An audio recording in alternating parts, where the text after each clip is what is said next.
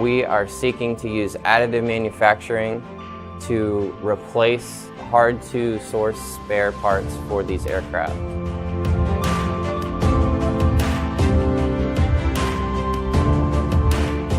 MAMLS is an American Makes program that is specifically designed to use additive and advanced manufacturing technologies to sustain aging aircraft for the Air Force.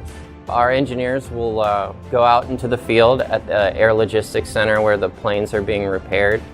They typically bring their Creaform handy scan the parts that are damaged. We take the 3D point cloud generated by the laser scanner. We take the file into SOLIDWORKS where we can make modifications and bring that into 3D Sprint for printing.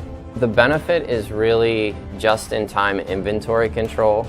Having your parts when you need them is perfect for aerospace sustainment. The Figure 4 will enable high-tolerance parts at a speed that we have not seen before, that are repeatable and scalable. The goal of the MAMLS Phase 3 effort is to evaluate and advance Figure 4 materials and technology for supplying real components for aerospace sustainment.